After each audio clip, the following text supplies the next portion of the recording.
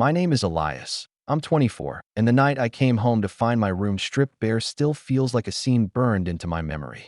Clothes that had once been folded in drawers were scattered on the damp grass like trash someone forgot to collect. My shoes, books, and even an old guitar I had bought with my first paycheck leaned crooked against the mailbox. And there was my dad, standing at the doorway with his arms crossed, his face set in that sharp, stone-carved expression I'd grown up fearing more than I'd ever admit. He didn't yell, didn't rant, didn't even give me one of his long lectures about how I was a disappointment. He just tossed the last box onto the lawn, dusted his hands, and said, "You're not welcome here anymore." Then he turned his back on me, like I was a guest who had overstayed my welcome rather than his son. I remember standing there, keys in my hand, looking at the house I grew up in and realizing I wasn't shocked. Not really. Hurt, yes. Humiliated, even more, but not shocked. For years, my dad's approval had been a moving target I could never quite hit. If I worked overtime, he said I was neglecting family. If I studied late, he'd call me lazy for not working more.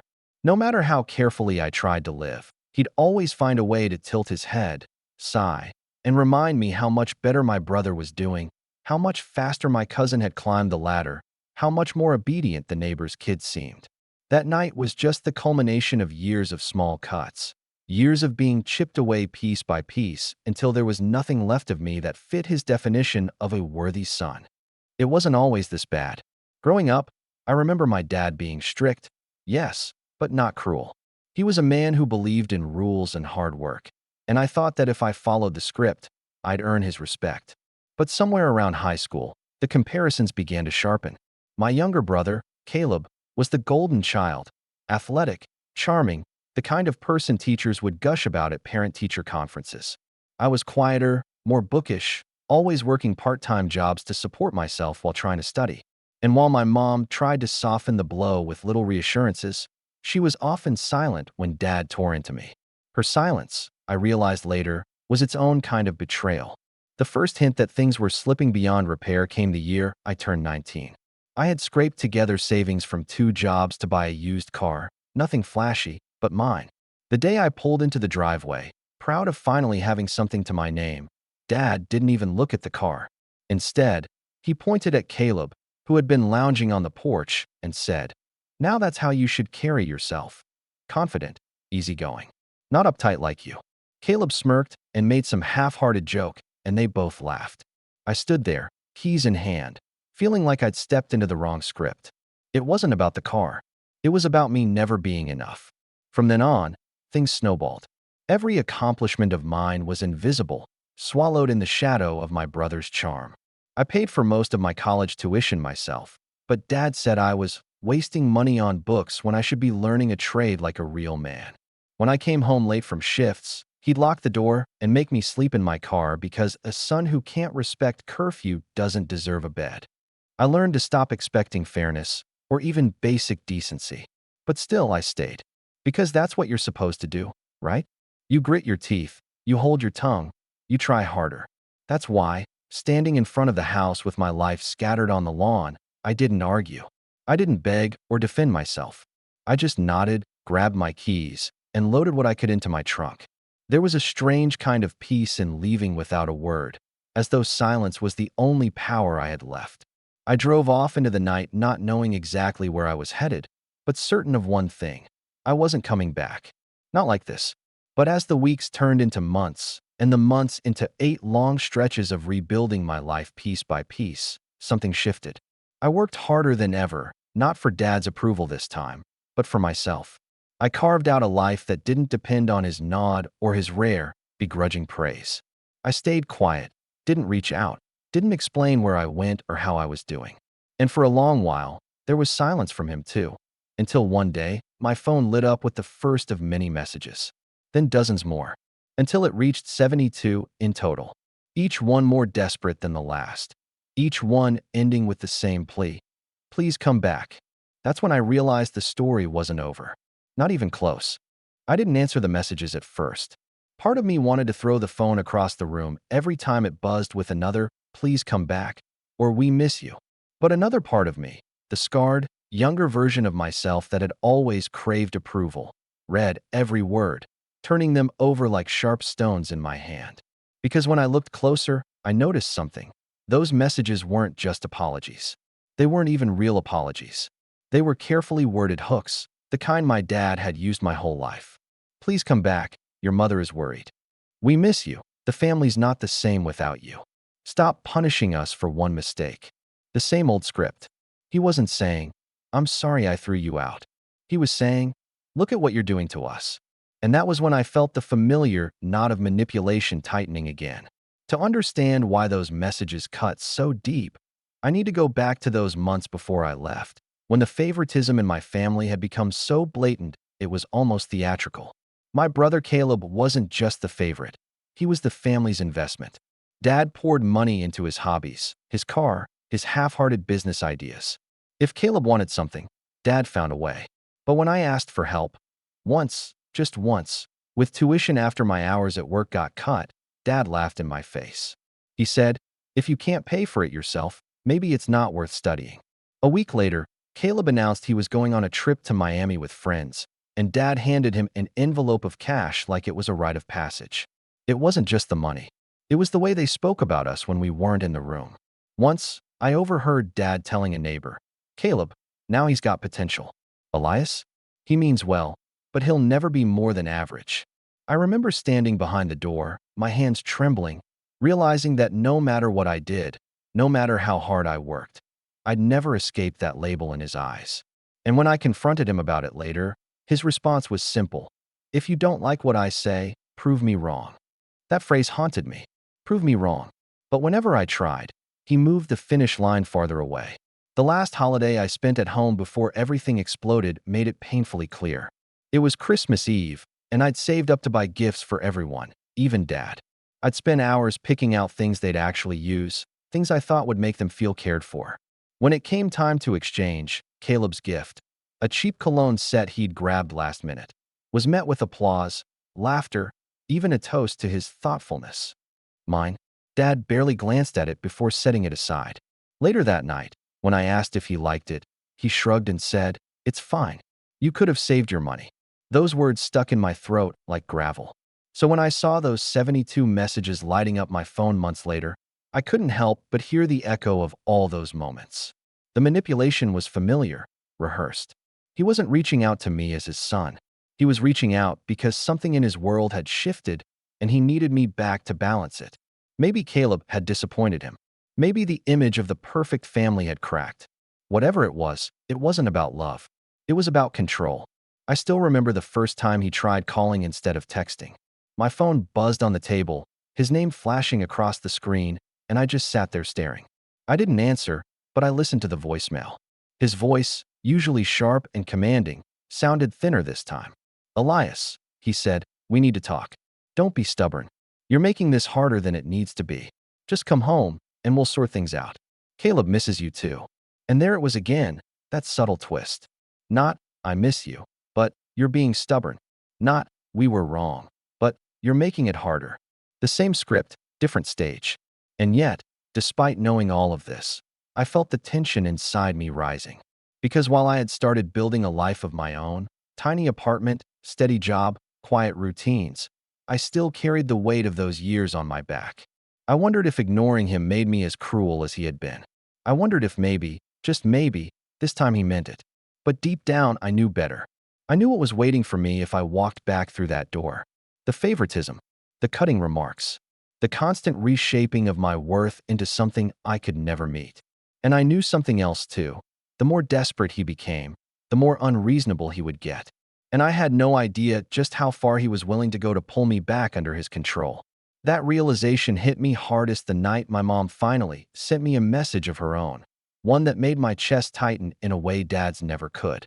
The message from my mom came late, just after midnight. I was lying on the couch in my apartment, half asleep with the TV buzzing low in the background, when my phone lit up. For a second, I thought it was another one of Dad's relentless texts. But when I saw it was from Mom, my heart gave that strange, uneasy jolt. Her message was short, almost too short. Elias, we need to talk. Your father made a decision about your things. Call me tomorrow. My things. I sat up straight, wide awake now, dread washing over me. I had thought everything was already gone. The clothes tossed on the lawn, the books and guitar I'd salvaged, the few boxes I had squeezed into the trunk of my car. What else could she mean? I called her immediately, but she didn't pick up. The next morning, I tried again. That time, she answered. Her voice was tight, almost whispery, like she was afraid someone might overhear. Elias, she said, your father, he sold the rest of your stuff. The boxes you left in the garage, the computer, your old files, even the desk you bought when you started school. He said you weren't coming back, so there was no point keeping it. I felt my chest cave in. My computer, years of work, photos, writings, everything gone. I had saved it in the garage because I thought maybe, just maybe, when things cooled down, I could come back for it. And my dad had just erased it all in a single, calculated move. Why didn't you stop him? I asked, my voice sharper than I meant. Her answer came after a long pause. You know how he is, Elias. Once he makes up his mind, there's no changing it. I didn't want to make things worse. I closed my eyes, feeling that old familiar anger, the kind that made my hands shake. Because this wasn't just about property. This wasn't about old furniture or boxes. It was about years of my life, memories, achievements, records, all treated like garbage. And hearing my mom excuse it, yet again, twisted the knife even deeper. She had always been the quiet one, the peacekeeper. But peacekeeping, I realized, was just another word for abandoning me when it counted most. Later that day, I confirmed it for myself. My cousin, who lived down the street, sent me a photo he'd taken of a yard sale sign in front of our house. Tables covered in random items, my old textbooks, framed photos, even the chest set my grandfather had given me before he passed. The caption underneath read, "Your dad's clearinghouse. Thought you should know."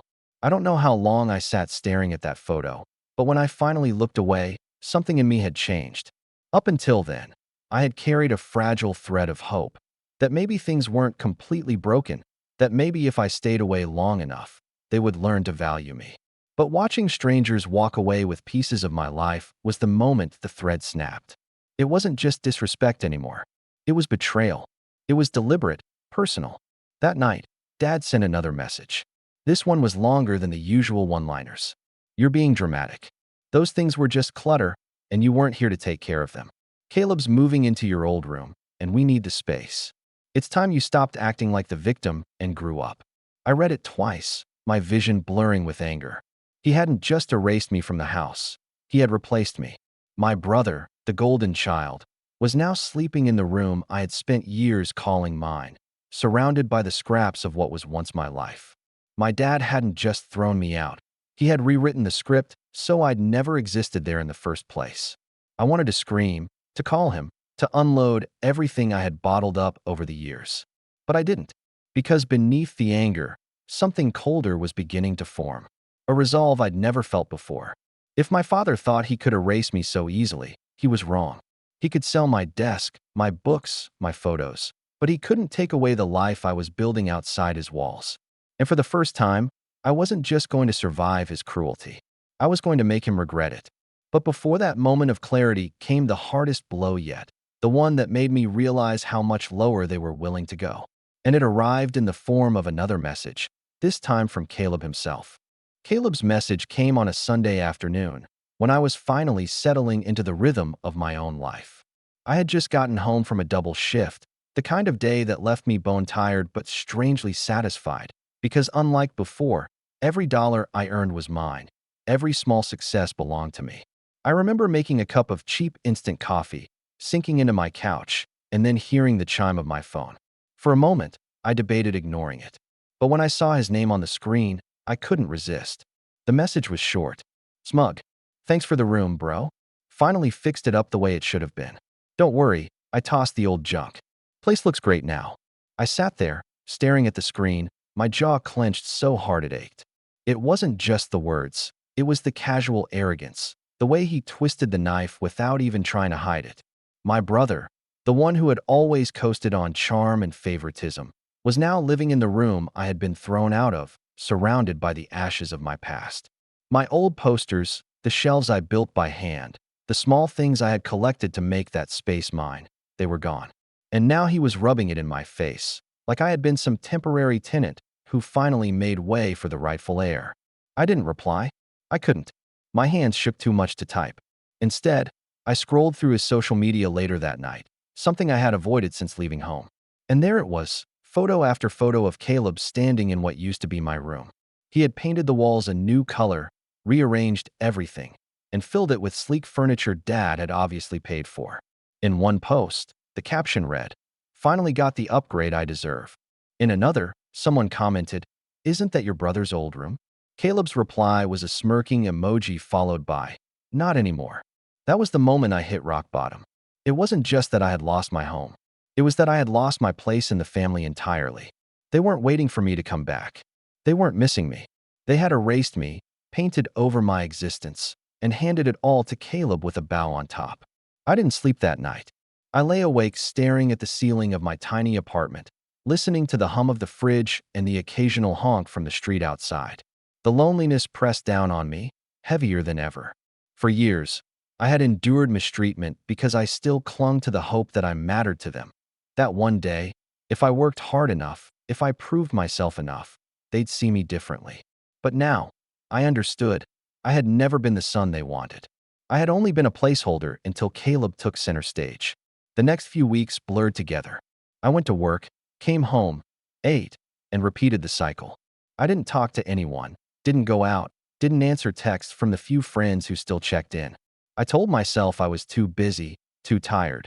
But the truth was, I didn't know who I was outside of the constant battle for my family's approval. And without them in the picture, I felt hollow. But even in that emptiness, a quiet resolve began to take root. The kind that doesn't announce itself with grand speeches or sudden decisions. It was subtle, like embers glowing under ash. I started saving more aggressively, cutting out every unnecessary expense. I took on extra shifts, even when my body screamed for rest. And slowly, I began to piece together a plan. Not revenge, at least not yet. Just survival. Just the simple determination to stand on my own, so that when the time came, I would no longer need anything from them. In those silent nights, when the weight of everything felt unbearable, I made myself a promise. I would never again beg for a place in a family that had thrown me out. I would build a life so steady, so untouchable, that they could never take it away from me. It wasn't easy.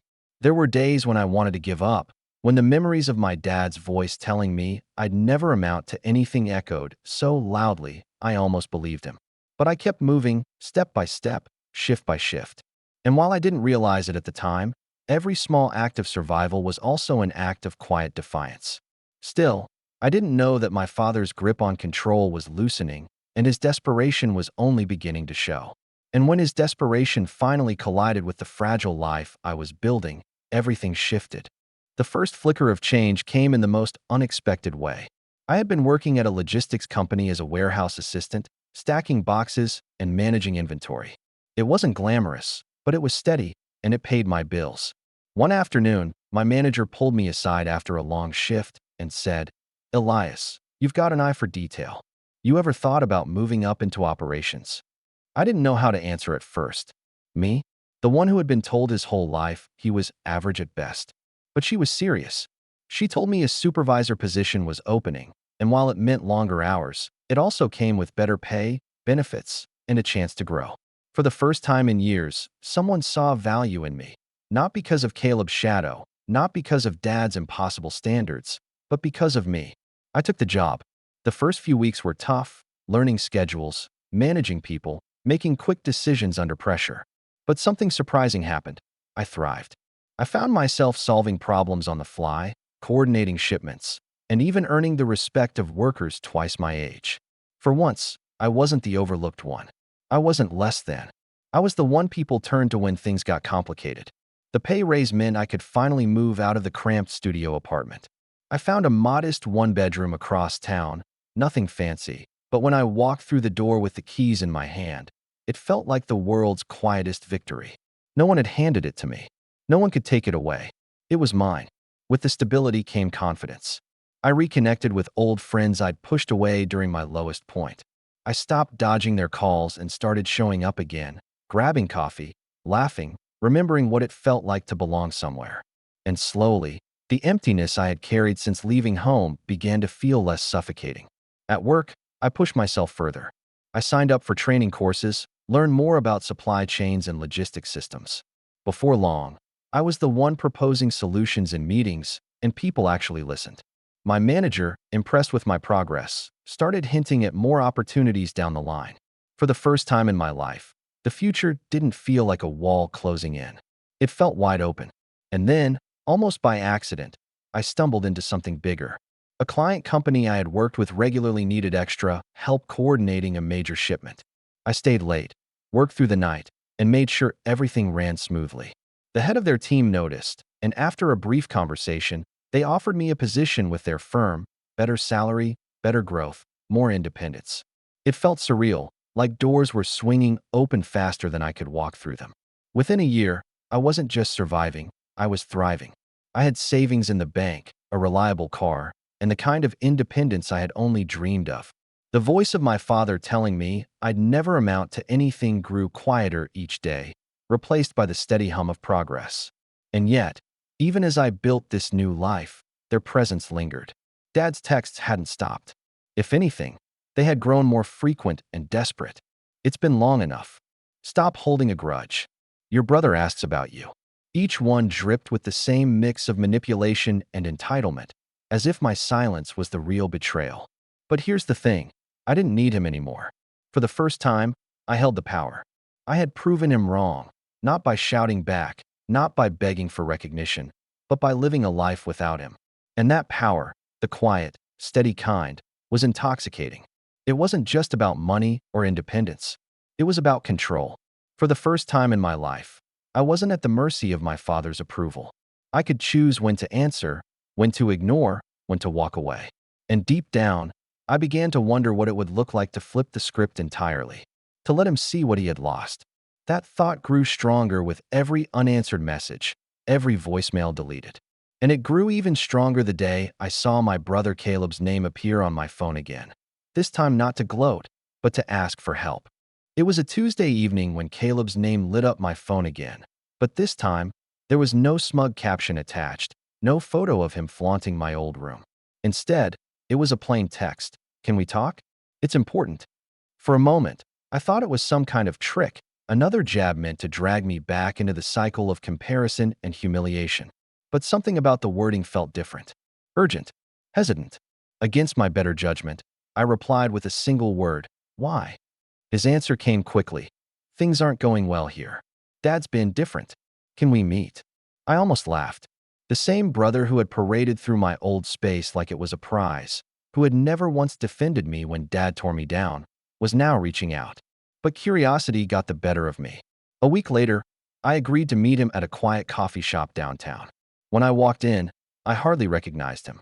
Caleb, who had always carried himself with that effortless swagger, looked worn down. His clothes were as stylish as ever, but his posture was slumped, his eyes heavy with something I had never seen on him before, fear. He didn't waste time. Elias, he said, leaning forward, Dad's in trouble. The business, it's collapsing. He made some bad investments. He's been borrowing money left and right, and now people are asking questions. I let the words sink in. Dad, the man who had mocked me for being average, who had worshipped success like a religion, was failing. The same father who had sold my belongings without a second thought, who had erased me from his home, was now watching his empire crumble. And I asked, keeping my voice even. Caleb rubbed the back of his neck, avoiding my eyes. He's desperate. He keeps saying if you came back, it would fix things. That you'd help out. Maybe take on some of the debt. He thinks you've been saving, maybe earning more than you let on. There it was. The real reason behind those 72 messages. The desperate voicemails. The sudden, almost pleading tone. It had nothing to do with missing me. Nothing to do with family. It was about money. It was about control. He had thrown me out when I was of no use to him. And now that his foundation was cracking, he wanted me back as a pillar to hold it up. I didn't answer right away. I let Caleb keep talking. He told me about arguments at home, about Dad snapping at Mom over small things, about the tension that filled the house like smoke. Caleb confessed he was scared, that he had relied too heavily on Dad's support and now found himself cornered. It was strange listening to him. For the first time, I wasn't the powerless one. I wasn't the one begging to be heard. Caleb, my father's golden child, was sitting across from me, practically wringing his hands, while I sat calm, steady, untouched by the storm tearing through their lives. And in that moment, I realized something important. I had leverage, not just over Caleb, but over Dad himself. The years of humiliation, the dismissal, the betrayal, it had all flipped. They needed me now, and I didn't need them. That was power. Quiet, deliberate, undeniable power. When I left the coffee shop, Caleb tried one last time. "Think about it," he said. "Dad keeps saying family has to stick together. He'll forgive everything if you just come back." I smiled faintly, not out of amusement, but out of the bitter irony of it all. Dad wasn't offering forgiveness. He was begging for mine, though he'd never admit it. And that gave me the upper hand in a way I never imagined I'd have. As I walked back to my car, the plan began to form. Not fully, not yet, but the outline of something sharp and satisfying. I wasn't going to be the desperate son standing in the rain outside my own house anymore. This time, I was going to decide how the story ended. And when I finally checked my phone that night, there it was again, another message from Dad, this one longer than usual. "Elias, come home. We need you. I made mistakes, but we're still family. You're still my son." For the first time in my life, I didn't feel the pull of those words. I felt something else entirely. A calm certainty that the tables had turned. I didn't respond to Dad's message right away. Instead, I let it sit there, glowing on my phone like a beacon of irony. For years, I had begged for a fraction of his attention, a crumb of recognition. Now, he was the one reaching out, and I was the one deciding whether his words had any weight at all. The balance of power had shifted, and I wasn't about to waste the moment. The first step was patience.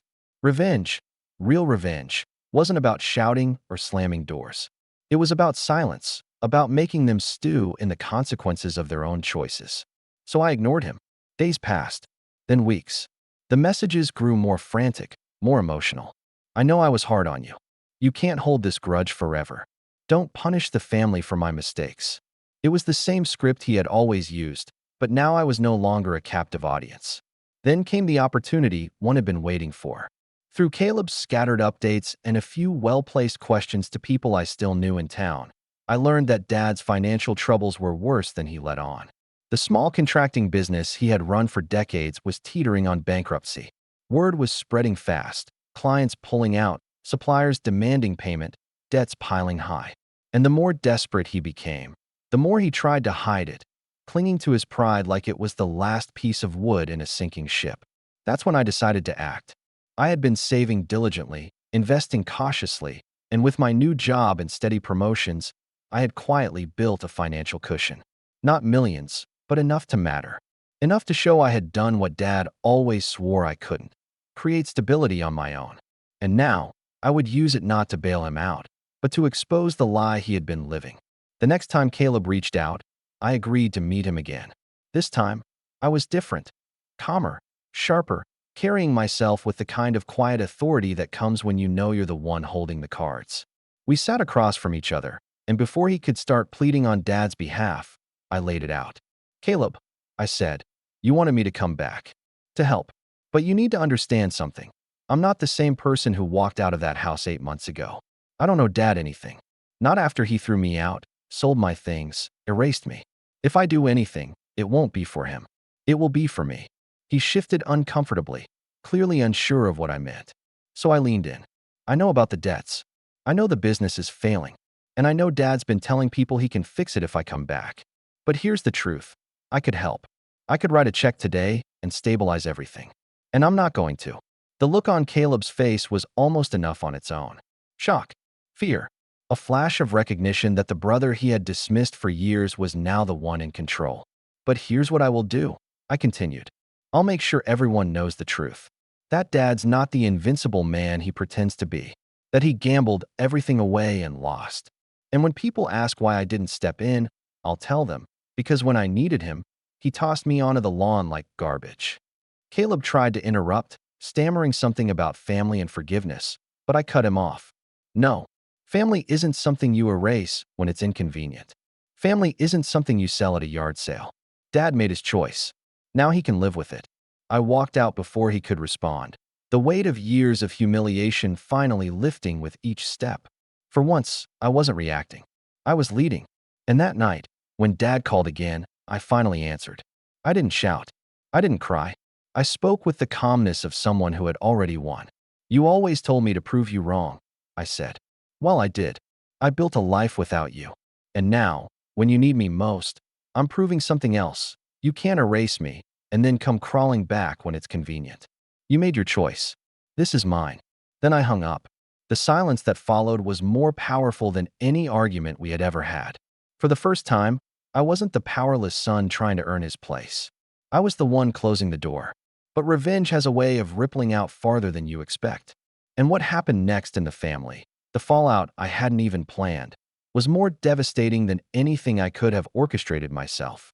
When I hung up that night, I thought the story was finished, that my silence and refusal were the final word. But what I didn't realize was that my father's world was already crumbling, and my choice not to save him didn't just seal his fate. It accelerated it. Within weeks, the news began to spread. The business, the one he had paraded around town as the symbol of his hard work and dominance, folded.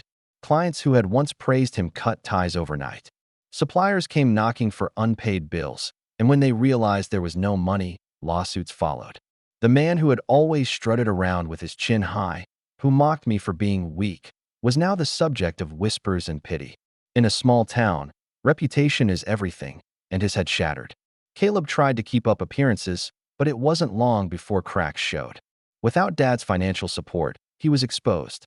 The flashy clothes, the trips, the arrogance, all of it had been built on Dad's wallet.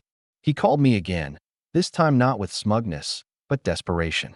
Elias, please, he said, his voice shaking. You don't understand. We're drowning here.